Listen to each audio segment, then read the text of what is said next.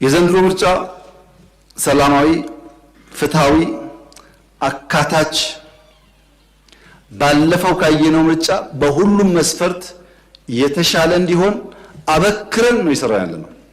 አሁን ሚኒስትሮች ከሞላ ጎደል ሁሉም ሪጅን ላይ ነው ያሉት ቅድም የተባለውን ችግር ለመፈተሽ። አሁን እኔ የተሻለ ምርጫ ይኖራል እያልኩ ነው። አንዳንዶች ሰግታችኋል። ለኢትዮጵያ ሕዝብ መልሴ በውጤት እንየው ነው። የኔ እምነት ይሄ ፓርላማ አሁን ካሉ 5 እና 10 ሰዎች በ5 እና 10 እጥፍ ያደገ ድምጾች ይሰማሉ ብዬ አምናለሁ። እፈልጋለሁ። የአንድ ፓርቲ ድምጽ ከሆነ ለኢትዮጵያ አይጠቅማትም።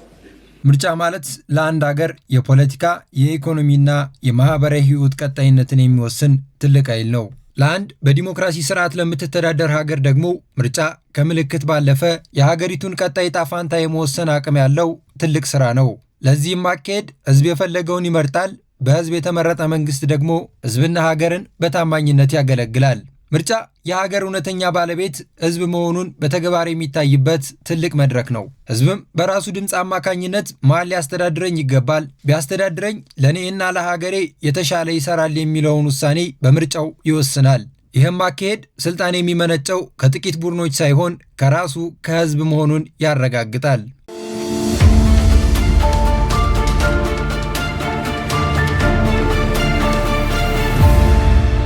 አንድ መንግስት በህዝብ ዘንድ ተቀባይነት ኖሮት ሀገርን በቀጣይነት ለመምራትና ለማስተዳደር የህዝብ ነፃ የድምፅ ውሳኔ ያስፈልገዋል። ለሀገር የሚያበረክተው ጠቀሜታ በጣም ላቅ ያለ ስለሆነ በፍትሐዊና ነፃ ምርጫ የተመረጠ መንግስት በዓለም አቀፍ መድረክም ሆነ በተለያዩ አገራዊ ጉዳዮች ላይ ህጋዊ ስልጣን እንዲኖረው ያደርገዋል። በአሁኑ ወቅትም ሀገራችን ኢትዮጵያ 7ኛ ጠቅላላ ሀገራዊ ምርጫ ለማድረግ በዝግጅት ላይ ነች። ምርጫው የቀሩት በጣት የሚቆጠሩ የቀናት ዕድሜ ናቸው። በዚህም ሀገራችን ኢትዮጵያ 7ኛው ሀገራዊ ምርጫን በማድረግ ለቀጣይ 5 ዓመታት ሀገሪቷን ማን እንደሚያስተዳድር ይወሰናል። ህዝቡም በዚህ ምርጫ በመሳተፍ በነፃነትና በፍላጎት የሚያስተዳድረውን መንግስት በራሱ ድምፅ ይመርጣል። ለዘንድሮ ምርጫ በርካታ ስራዎች ሲሰሩ ቆይተዋል። ምርጫ ከመደረጉ በፊት የግድ መራጮች መመዝገብ አለባቸው። ታዲያ 7ኛው ሀገራዊ ምርጫን ለመምረጥ 54,057,771 መራጮች መመዝገባቸውን ምርጫ ቦርድ ገልጿል። እንዲሁም 42 የሚሆኑ የፖለቲካ ፓርቲዎች በዘንድሮ የምርጫ ውድድር ላይ የሚሳተፉ ሲሆን ከሁሉም ፓርቲ የተውጣጡ 10,438 በላይ የፖለቲካ ፓርቲ እጩዎችና 80 የሚሆኑ የግል እጩዎች በዘንድሮ ሀገራዊ ምርጫ ላይ ይወዳደራሉ። የዘንድሮ ሀገራዊ ምርጫ ካለፈው ምርጫ በተሻለ ሂደትና አዳዲስና ጠንካራ ስራዎች ተሰርተውበታል። ከእነዚህም ውስጥ በኢትዮጵያ የምርጫ ታሪክ ውስጥ ለመጀመሪያ ጊዜ የዲጂታል የመራጮችና የእጩዎች ምዝገባ በሰፊ የተተገበረበት አዲስ ምርጫ ነው። እንዲሁም የመራጮችን እንግልት ለመቀነስ ሲባል በምርጫ ቦርድ በተዘጋጀው ምርጫዬ በተሰኘ የሞባይል መተግበሪያና በመስኩ ላይ በተሰራጩ ታብሌቶች አማካኝነት በሚሊዮን የሚቆጠሩ ዜጎች በዲጂታል መንገድ ተመዝግበዋል። ይህም አሰራር ወረቀትን፣ ጊዜንና የመረጃ መባከንን የቀነሰ ሲሆን መራጮችም ከአላስፈላጊ ወጪና እንግልት እንዲገላገሉ አድርጓቸዋል። የዘንድሮ ምርጫ ሁሉም ፓርቲዎች የሚዲያ ሽፋን ያገኙበት የምርጫ ሂደት ነው። ለዚህም ምርጫ ቦርድ ከኢትዮጵያ የመገናኛ ብዙሃን ባለስልጣን ጋር በመተባበር ለገዢው ፓርቲ፣ ለተፎካካሪ ፓርቲ እንደዚሁም ደግሞ ለግል እጩዎች ነፃ የሚዲያ የአየር ሰዓትን በሬዲዮ በቴሌቪዥንና በጋዜጣ ሽፋን እንዲያገኙ ቦርዱ ለሁሉም ፓርቲዎች ዕጣ በማውጣት አከፋፍሎ ሰጥቷል። እንዲሁም 30 የሚሆኑ የፖለቲካ ፓርቲዎች የተሳተፉበትና በርካታ ሀገራዊ የፖሊሲ ክርክሮች የተነሳበት በተለያዩ ቋንቋ በቀጥታ ስርጭት በተለያዩ የመንግስትና የግል ሚዲያዎች ሲሰራጭ ቆይቷል። ከምርጫ በፊት በምርጫ ቦርድ ህጋዊ እውቅና የተሰጡ የተለያዩ የፖለቲካ ፓርቲዎች የሀገርን ችግር ለመፍታት ያላቸውን የተለያዩ የፖሊሲና የልማት አማራጮች ለህዝብ ሲያቀርቡና የምረጡ ቅስቀሳቸውን ሲያደርጉ ሰነባብተዋል።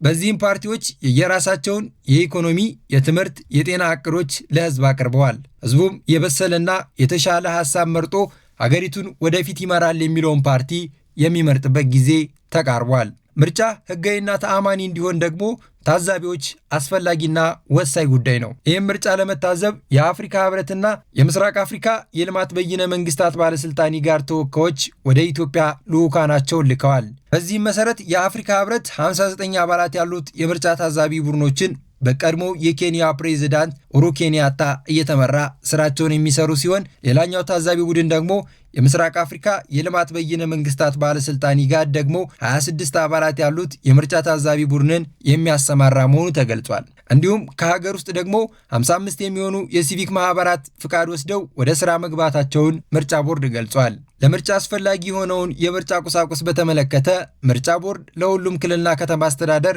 ሁሉንም የምርጫ ቁሳቁስ አዳርሻለሁ ብሏል። በዚህም መሰረት በአዲስ አበባ ለ33፣ በአፋር ለ32፣ በአማራ ለ130፣ በቤንሻንጉል ጉሙዝ ለ22፣ በማዕከላዊ ኢትዮጵያ ለ35፣ በድሬዳዋ ለ48፣ በጋምቤላ ለ14፣ በሐረሪ ለ3፣ በኦሮሚያ ለ179፣ በደቡብ ኢትዮጵያ ለ56 እንዲሁም በደቡብ ምዕራብ ኢትዮጵያ ለ22 ክልሎች የምርጫ ቁሳቁሶች መሰራጨታቸውን ምርጫ ቦርድ ገልጿል። በኢትዮጵያ የፖለቲካ ጉዞ ውስጥ ትልቅ ምዕራፍ ተደርጎ የሚወሰደው 7ኛው ጠቅላላ ሀገራዊ ምርጫ በኢትዮጵያ ምርጫ ቦርድ የጊዜ ሰሌዳ መሰረት ግንቦት 24 ቀን 2018 ዓ.ም ሊደረግ ቀጠሮ የተያዘለት እጅግ ወሳኝ ቀን ነው። 7ኛው ጠቅላላ ምርጫ ኢትዮጵያ ካላት ወቅታዊ የፖለቲካና የሰላም ሁኔታ አንጻር ሀገሪቱ ወደ ዲሞክራሲ ብስለት የምታደርገው ጉዞና የሕዝብን ድምፅ በሰላማዊ መንገድ የሚንጸባረቅበት አቅም የሚታይበት ትልቅ ዕድል ነው ተብሏል።